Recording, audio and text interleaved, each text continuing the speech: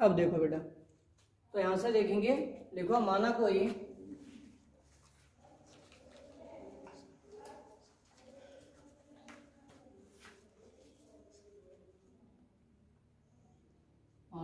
उत्तल दर्पण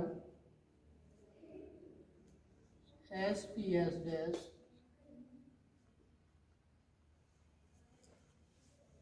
जिसका ध्रुव P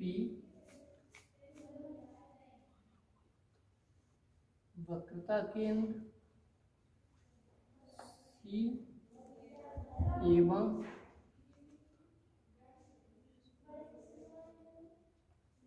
फोकस दूरी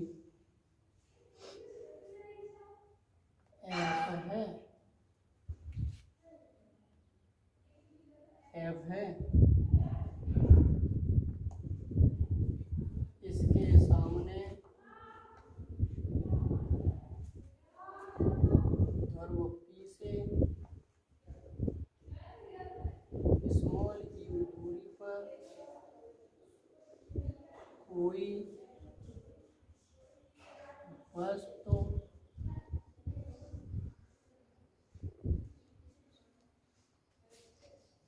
AB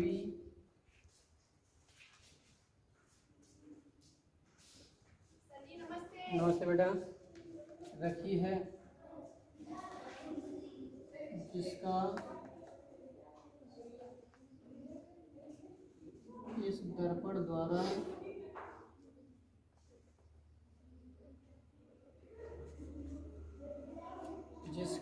दर्पण द्वारा आभासी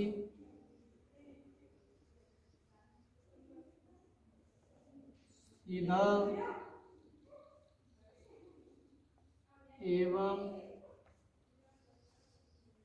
छोटा प्रतिबिंब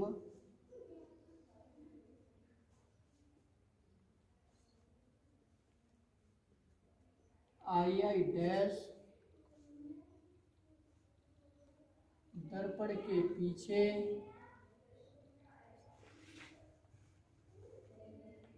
ध्रुव P से V दूरी पर बनाया जाता है, तब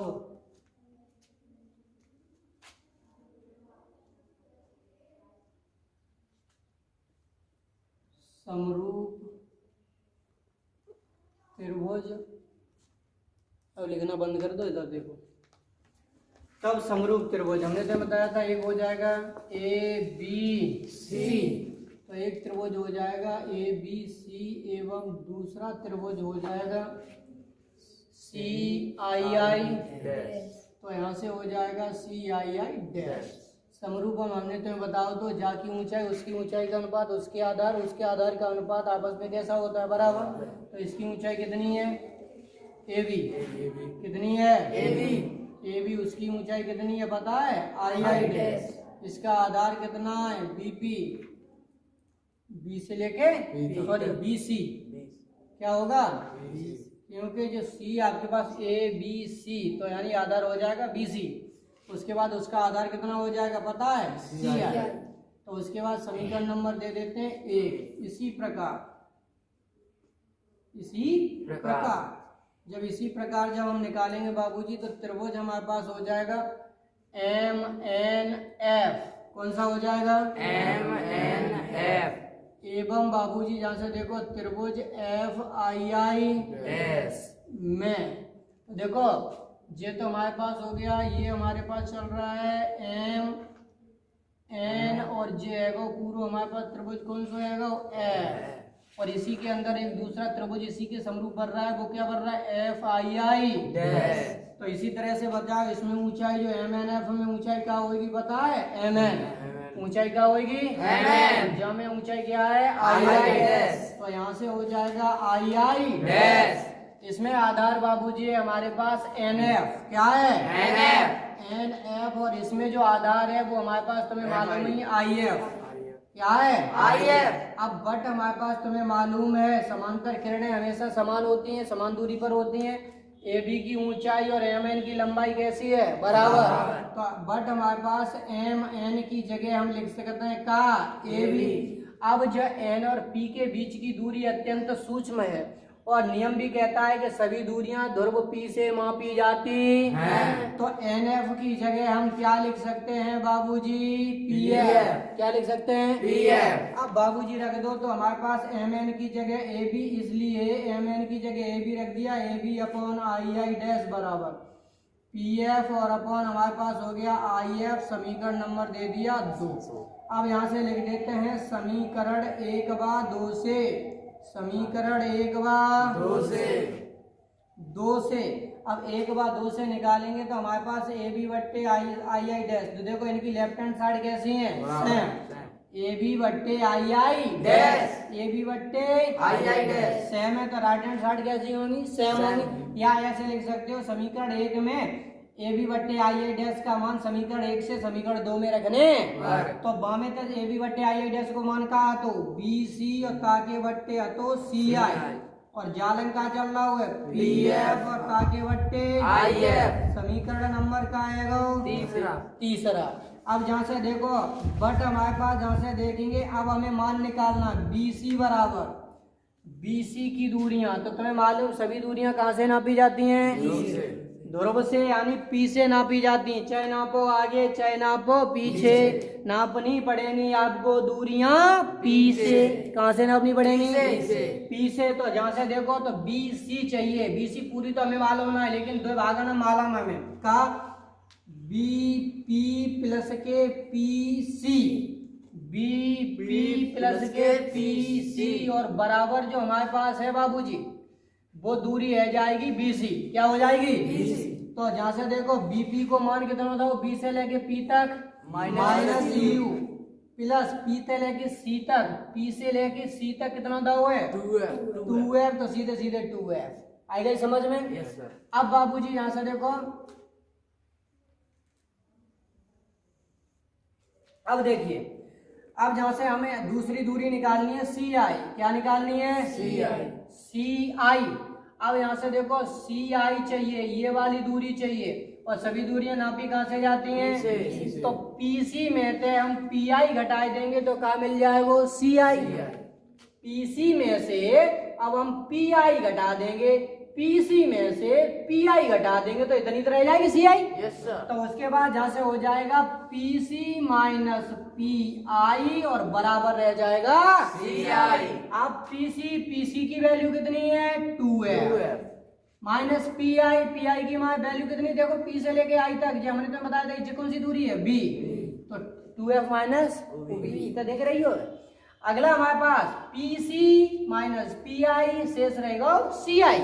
तो पीसी की दूरी 2f, पीसी की दूरी 2f। अब उसके बाद पी आई की दूरी b, तो 2f माइनस b। अब हमें चाहिए पीएफ को मान तो तुम्हें मालूम ही है एफ ही है, पीएफ तो कितना दे रहा है एफ दे रहा। अब हमें चाहिए आई एफ, क्या चाहिए आई एफ, तो जहां से लिख देंगे पीएफ माइनस के P I, PF P I रह जाएगा आई एफ। क्या रह जाएगा, देखो पीएफ में से पी आई घटा दो, पीएफ में से पी आई, यानी पीएफ जहां तक दी पी आई जहां तक, जो पीछे वाला हिस्सा काट दो हमने तो जो ही तो रहेगा। यस सर, इतना ही तो रहेगा। तो हमारे पास जहां से रह गया पीएफ माइनस के पी आई। अब उसके बाद जहां तक देखेंगे तो एफ और माइनस क्या रह जाएगा O B, F minus B.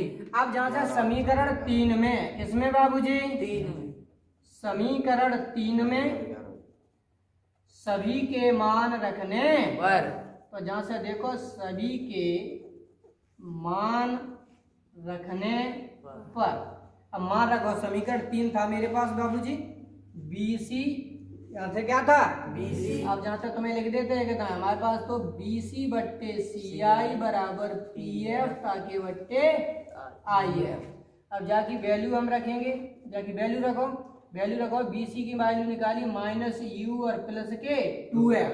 BC की वैल्यू देखो माइनस यू प्लस के 2F, और CI की वैल्यू तुमने कितनी निकाली 2F माइनस के V बराबर PF की वैल्यू F निकली, जाकी वैल्यू निकली F माइनस V। अब इनको गुणा करो, क्या करो बेटा, तो तो अगली लाइन से जब हम लिखेंगे बाबूजी, तो यहाँ से देखो इसका एफ को जहाँ में करेंगे तो माइनस के क्या हो जाएगा यू एफ, इसमें करेंगे तो प्लस के हो जाएगा 2f², minus minus plus U B, इसका इसमें करेंगे तो माइनस प्लस माइनस, और यहाँ से है जो 2f_b, इधर ऐसर करेंगे तो हमारे पास हो जाएगा 2f², माइनस करेंगे तो f_b।